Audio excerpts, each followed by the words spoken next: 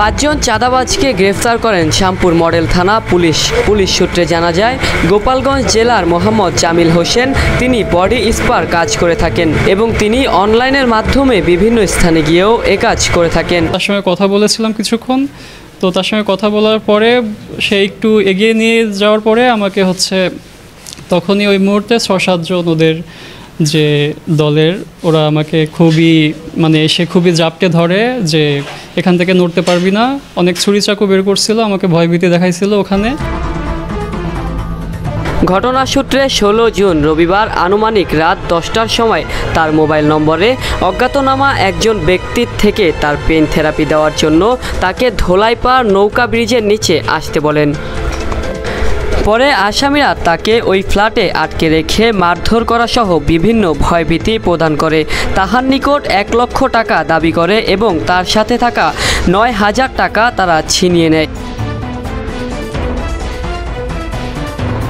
এ ঘটনায় সূত্র ধরে শ্যামপুর মডেল থানার পুলিশ আসামি চক্রের ৫ জনকে গত ২৫ জুন গ্রেফতার করতে সক্ষম হন। পুলিশ সূত্রে জানায়, ঘটনায় জড়িত আসামিগণ পেশাদার চাঁদাবাজ।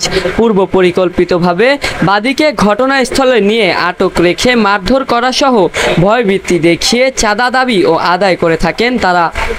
এক পর্যায়ে বাদী শ্যামপুর থানায় আসামিদের বিষয়ে একটি অভিযোগ করেন। এ ঘটনার সূত্র ধরে শ্যামপুর মডেল থানার পুলিশ আসামি চক্রের ৫ জনকে গত ২৫ জুন গ্রেপ্তার করতে সক্ষম হন। ১৬ তারিখে বাদী জামিল হোসেন নামে এক ছেলে, সে অনলাইনে বডি স্পা এবং বাসায় গিয়ে হোম সার্ভিস দিয়ে থাকে।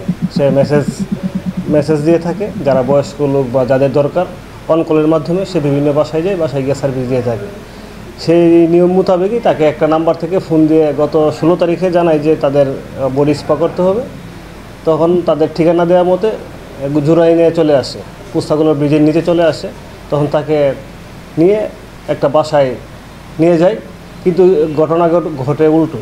দেখা যায় যে তাকে নিয়ে টর্চার শুরু করে এবং তার কাছ থেকে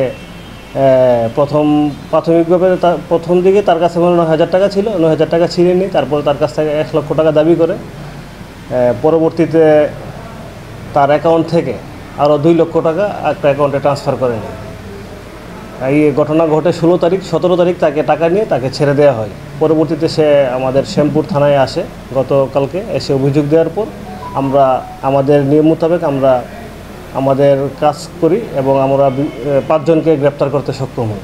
এ সময় আসামিদের নিকট হইতে নগদ ৫,০০০ টাকা উদ্ধার করে এবং তাদের আদালতে প্রেরণ করে শ্যামপুর মডেল থানার পুলিশ। বাদশা ফাহাদ, সংবাদের পাতা।